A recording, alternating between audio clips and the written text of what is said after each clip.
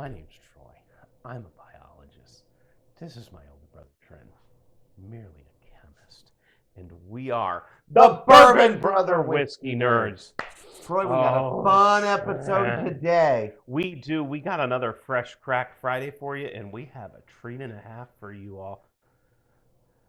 You know, the Sagamore 8-year was on our best rye of 2024. It's, to this day, one of the best ryes I've ever had. It is way up there. It is delicious. And Sagamore did a 9-year, and we're going to crack that. Fresh Crack right now on Friday. And hey, let us know what you're drinking on Fresh Crack Friday or whatever day of the week it is. We don't care if it's Sunday. We want to know. We're not going to tell. We're not going to tell anybody. Yeah. So you're drinking on Wednesday. You're drinking on Monday. We want to know what you're drinking. I think it's safe to say, and we don't say this too often, I don't know if there's a Sagamore product out there that we don't like. We've disliked. It's pretty impressive what they are doing whiskey with rye. From Sagamore is just good whiskey. It is. It's just good whiskey. Now, just some notes while Troy opens this, just to prove to you, this is indeed our Fresh Crack. I just pulled the cellophane off. We've got the Fresh Crack going, folks. Sagamore does a lot of its own distillate.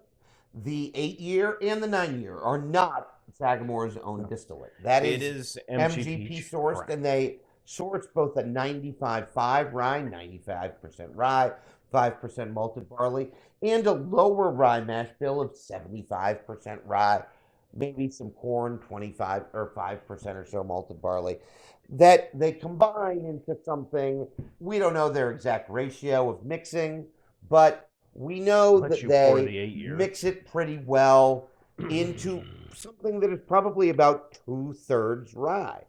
Yeah, which probably is 66, 67, maybe which upwards is a of 70%. Nice rye mash bill for a rye whiskey, and consistent with northeastern Pennsylvania, Maryland, New York ryes. Rye, as we've discussed before on the channel, is something that grows a little better in colder climates. It does. And so rye whiskey grows pretty well in Pennsylvania.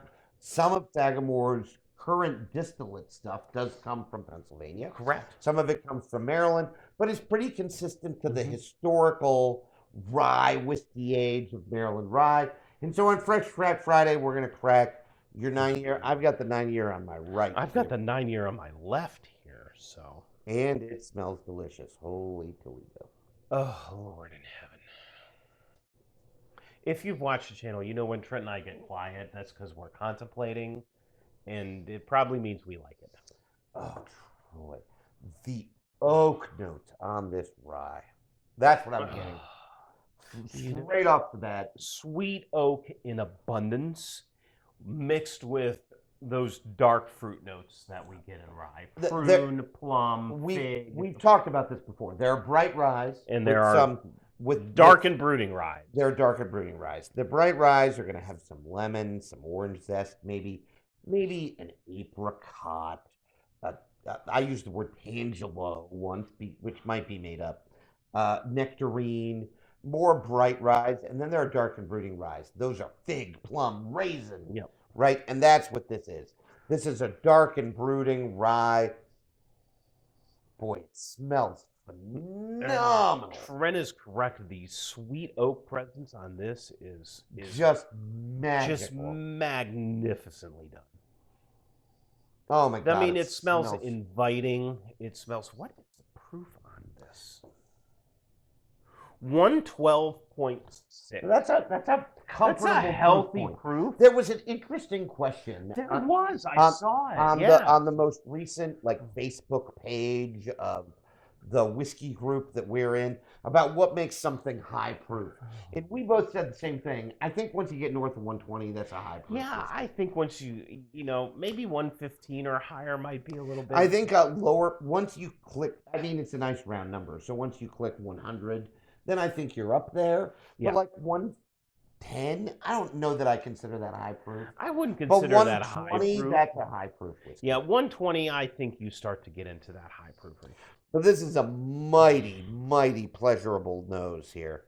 You know, I get a lot of stone fruit like peach and Yes. apricot. Peach is a great note. I think that for me it reads as like plum, Yeah. raisin, Yep. fig. It's a dark and brooding stone fruit as opposed to more of a tangelo apricot. There is some brightness there that comes through on the nose off of this. What it is, Troy, is it's so well balanced. Yeah. On the nose, the oak notes, the sweet notes. There's a nice, inviting vanilla, oaky, malty sweetness. There's the fruit notes, the oak notes. All of it comes together into a nice little package. It's just a well-balanced nosed whiskey. I'm going in. Cheers. I'm ready. Cheers.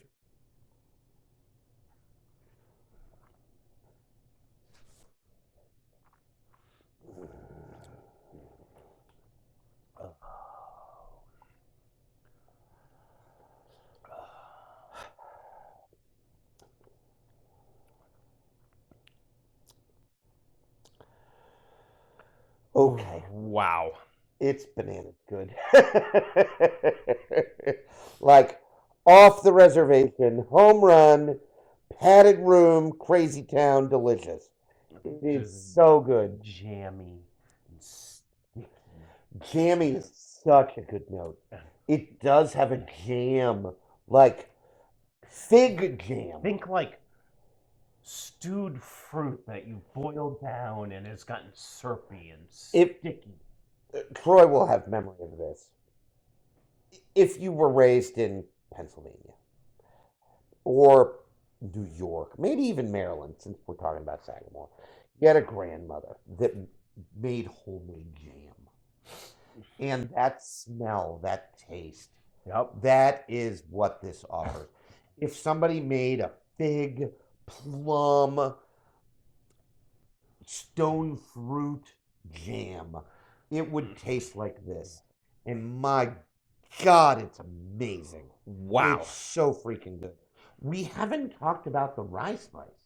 And that's because it's surprisingly tame. It's so well balanced. It's iteration. There, but it's so well. I think it's there. I get honey, graham cracker. The honey is a great note. This such a good Pervy Turban bourbon mouthfeel. Yeah, it drinks like a jam or a syrupy bourbon. I'm going in for another sip. So good.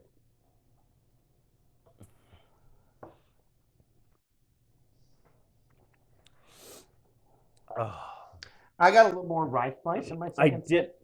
On the mid palate, the rye spice on the second sip kind of comes nice. to the It's forefront. really nice. Really nice. Ooh, a hint of chocolate.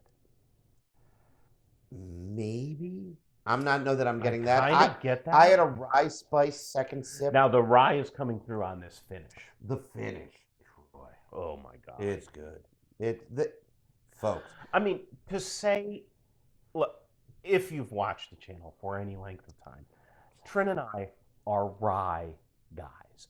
There is no two ways about it. We're pretty fly for and rye we guys. are pretty fly for rye guys. We are pretty fly. The ladies love us. We are rye fans. And one of the things I think that Sagamore does so incredibly is they make rye drinker ryes. Yes, that's totally a good point. They make rye drinker ryes. They make rye drinker ryes. And B, it's not so overtly spicy and peppery that it's off-putting to someone who maybe doesn't like rye. If you are into high rye bourbon, you need to make the transition to rye. Yeah. And you could do lots worse things than buy yourself some Sagamore Spirit. Lots worse things. I mean, this is rich and unctuous. And oaky. Unctuous is a good word. All right, we got to compare it to the 8-year. My 8-year is on my left here, so. This, it reads as a little more rye spicy to me. I could see that. Yeah, absolutely. A little more dill, a little more mint. I think the herbal notes of the rye are coming through a little bit more. Well, and maybe that'll happen if this opens up. And this is a fresh crack, so it might open up. It probably will. Again, as we typically say, when we say something's going to open up, it's probably not going to get worse. Well, you need to It's remember, gonna get folks, better. like this bourbon has not seen, or Well, this it's a rye rye. whiskey has not seen air since it was bottled. Correct.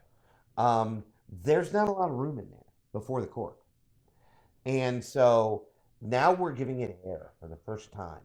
We're exposing it to oxygen, which is going to do something to it. Interesting, complex chemical reactions happen there. It just, you're gonna get flavors later on in the bottle that you don't get when you're fresh. I agree with Trenton that I think the 8-year has a little bit more of that rye spice. I'm getting a little bit more dill. I almost get almost no dill over here. I'm getting a little bit more dill over here. A little bit more mint, a little bit more rye spice. It's still in that class of a dark, dense fig, stone fruit, stewed fruit Oak, type of rye. Oaky, The sweet oak is very prevalent on both of these. Damn, that's a good sip. Man alive. Wow. There are two things you need to take from this. Number one, first of all, Sagamore does effectively nothing wrong. Yeah, Sagamore, if you're watching, which, why aren't you? Well, we're very lovable. We are extremely lovable, and we love your whiskey. We will mention again Leah, the name of our tour guide at Sagamore. Sweet girl, very young, much younger than us. She did a great job. She did. If you're in the neighborhood of Baltimore, Maryland, right on the harbor. Right on the harbor, on the peninsula. Right on the peninsula is Sagamore Spirit. They have excellent, from what I hear, just legendary parties there sometimes. Yeah, I know. We should go. Other than it being a little people-y, we would probably enjoy ourselves. We would probably like what would probably happen is the girls would be mad at us because we would just camp out at the bar. I think we have often said on this channel, we're not big finished whiskey fans, but when we were there, we had a flight of their finished. And it was pretty good. And that is a bold statement. Right. On the Bourbon Brother Whiskey Nerds channel. Sagamore releases almost every year something special. Like the one year was the 8-year, this year was the 9-year.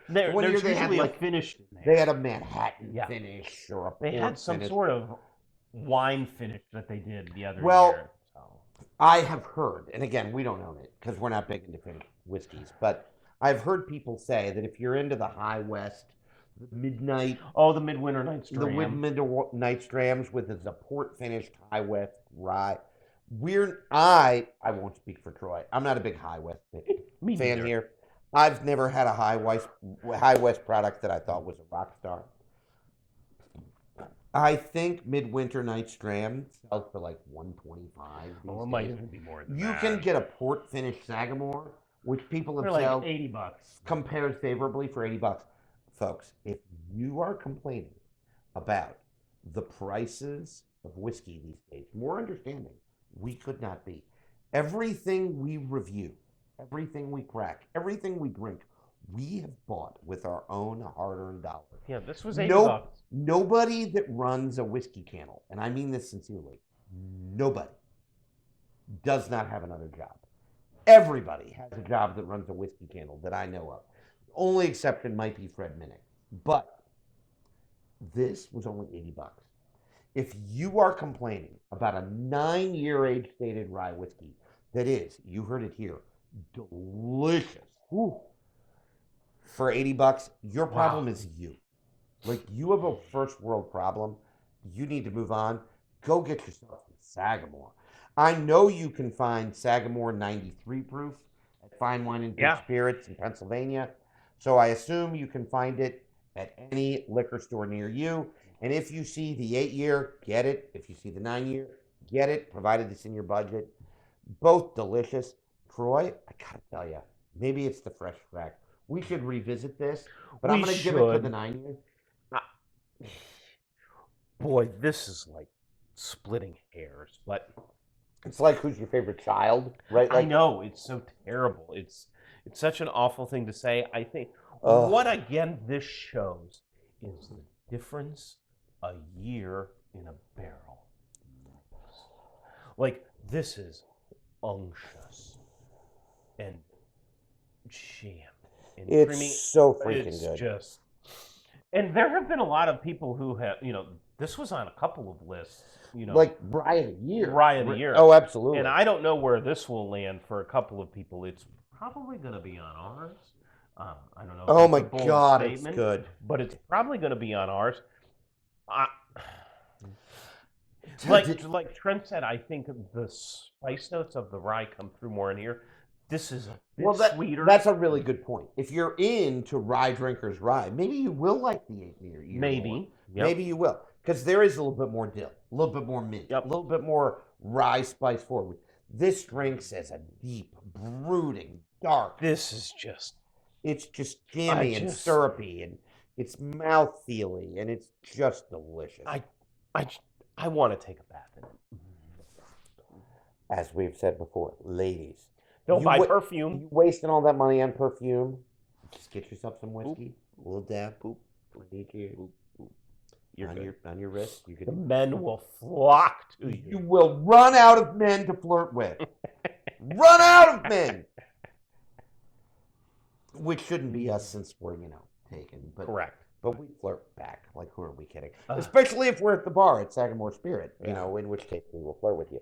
But yeah, no, if you see us there, come by. We'll talk whiskey. Yeah, there are no words. Troy, if we haven't had close to every Sagamore product, we have had pretty darn near to every Sagamore product. Because we drank all those finished ones and the flight we had at the distillery. I'm going to give the mouthfeel on the 9 is exquisite. It's syrupy. It's thick. Unctuous. It's viscous. Creamy, delicious. Creamy, jammy. Oh. I don't know what to say, folks. I mean, I really, truly Sooner don't. or later, we're going to run into something on a Fresh Crack Friday that we don't like. That has not yet to date happened, but... Which is almost disappointing. But to a certain extent, like... But it proves what Troy and I say often. There's so much good whiskey in the world. There is a dearth of good whiskey in this world. So much good whiskey in and the world. And Sagamore is doing it right. Oh, those people are Props geniuses. to them. They're geniuses. Both of these are indeed source products. They are MGP. MGP juice. This one drinks a little bit more rye spicy. Maybe this will open up to be a little more rye spicy. Both around the same proof. I think this is 111. I mean, essentially the same. We're talking about a point or two. Right now, whatever. That's close enough to essentially be close enough that your and you can see we've hated this. We've drank half of it. Yeah, it's just terrible. But the Sagamore 8, the Sagamore 9, both high quality pours. Folks, that's going to do it for us on this Fresh Crack Friday. Even if it's a Tuesday or a Wednesday where you are. Doesn't really matter where you're at. Make sure you like and subscribe and share. Tell friends and neighbors and strangers on the street about the Bourbon and Other Whiskey Nerds. We appreciate you watching. As always, make sure you drink what you like. And like what you drink. That's Thanks, all we folks. have. We'll Bye, see you everybody. next time.